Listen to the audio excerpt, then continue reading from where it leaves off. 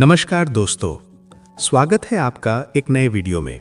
अगर ये वीडियो आपको पसंद आता है तो इसे लाइक और शेयर करें तथा चैनल पर नए हों तो इसे सब्सक्राइब करें। दोस्तों, क्या आपने कभी गौर किया है कि कोई बच्चा पैदा होते ही असाधारण बुद्धिमान होता है?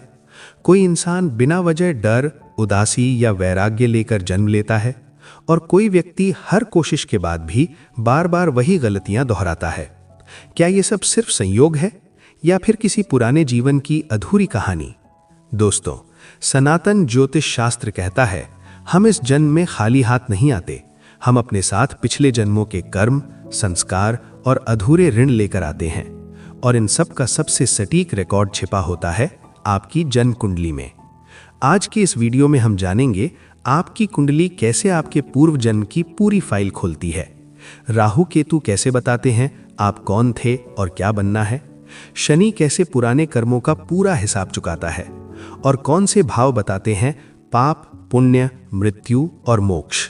वीडियो को अंत तक जरूर देखिए, क्योंकि अंत में मैं आपको सिखाऊंगा खुद अपनी कुंडली से पूर्व जन्म पढ़ने का तरीका। दोस्तों, सनातन धर्म का मूल सिद्धांत है कर्म और पुनर्जन्म। भगवद गीता में श्री कृष्ण स्पष्ट कहते हैं, नहीं कश्चित क्षणमपि जातु तिष्ठत्य कर्मकृत। कोई भी प्राणी एक क्षण भी बिना कर्म किए नहीं रह सकता। इसका अर्थ है हर कर्म का फल निश्चित है, हर फल का समय निश्चित है और हर अधूरा कर्म अगले जन्म में पीछा करता है। ज्योतिष शास्त्र उसी कर्म सिद्धांत का गणितीय रूप है। जब कोई आत्मा नया शरीर धारण करती है तो उस क्षण ग्रह जिस स्थिति में होते हैं वही कुंडली बन जाती है, जो बताती है पिछला जन्म कैसा था, किन कर्मों का फल बाकी है और इस जन्म का उद्देश्य क्या है। इसलिए कुंडली कोई भविष्यवाणी नहीं बल्कि कर्मों का लेखा जोखा है। हालांकि कुंडली के 12 भाव होते हैं, लेकिन पूर्व जन्म से सीधे जुड़े होते हैं ये 4 भाव। पहला, पंचम भाव, पूर्व पुण्य का खजाना। पंचम भाव बताता है पिछले जन्म में आपने कितने अच्छे कर्म किए, आपकी आत्मा कितनी परिपक्व है और इस जन्म में बुद्धि, संतान और संस्कार कैसे मिलेंगे।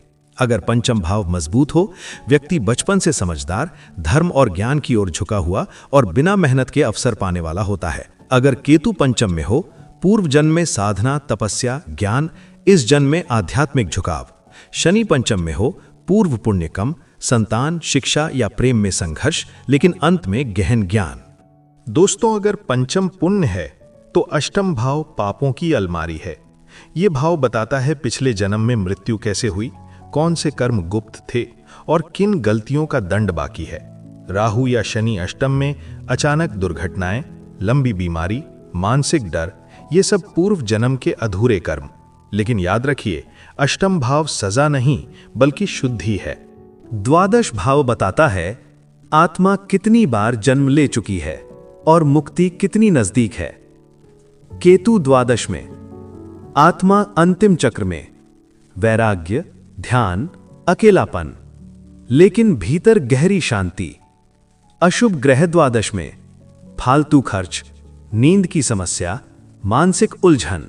दशम भाव दिखाता है आपने पिछले जन्म में कौन सा कर्म किया और इस जन्म में वही प्रवृत्ति क्यों है। जो काम बिना सीखे आ जाता है वो दशम भाव का पूर्व जन्मी अनुभव है। दोस्तों, अगर पूरी कुंडली एक किताब है तो राहु केतु उसकी रीढ़ हैं। केतु बताता है आपकी पिछली पहचान, आपकी मास्टरी और वो क्षेत्र जहां आप पहले ही सब सीख चुके हैं। इसलिए केतु वाले क्षेत्रों में व्यक्ति को अरुचि होती है। राहु बताता है किस इच्छा के कारण आप दोबारा जन्मे, किस लालच को पूरा करना बाकी है। राहु जहां है वही इस जीवन का सबसे बड़ा संघर्ष और अवसर। शनि किसी को सजा नहीं देता, वो सिर्फ पुराना हिसाब बराबर करता है। देर से फल देता है लेकिन स्थायी देता है और बिना पक्षपात के देता है। शनि साढ़े साती या ढैया कोई अभिशाप नहीं बल्कि कर्मों की परीक्षा है। केतु लग्न में, राहु सप्तम में, पिछले जन्म का वैराग्य, इस जन्म में संबंधों की परीक्षा। पंचम में शनि, पूर्व पुण्य कम लेकिन वृद्धावस्था में ज्ञान। राहु गुरु युति, अधूरी इच्छाएं और सही दिशा। असाधारण सफलता। दोस्तों, ज्योतिष डराने के लिए नहीं, सुधार का रास्ता दिखाने के लिए है। राहु केतु शांति, गणेश पूजन, शिव अभिषेक, नाग मंत्र।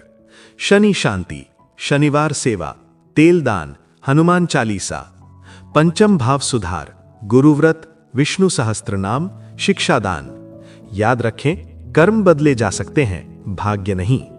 दोस्तों, आपकी कुंडली कोई डरावनी चीज नहीं, वो आपकी आत्मा की कहानी है। उसे समझिए, उसे सुधारिए और इस जन्म को अंतिम और श्रेष्ठ बनाइए। नीचे कमेंट में बताइए, क्या आपने कभी ऐसा महसूस किया कि कोई चीज आपको पहले से आती है? वीडियो पसंद आए तो लाइक करें, शेयर करें, सब्सक्राइब करें। जय श्री राम, जय कर्म सिद्धांत।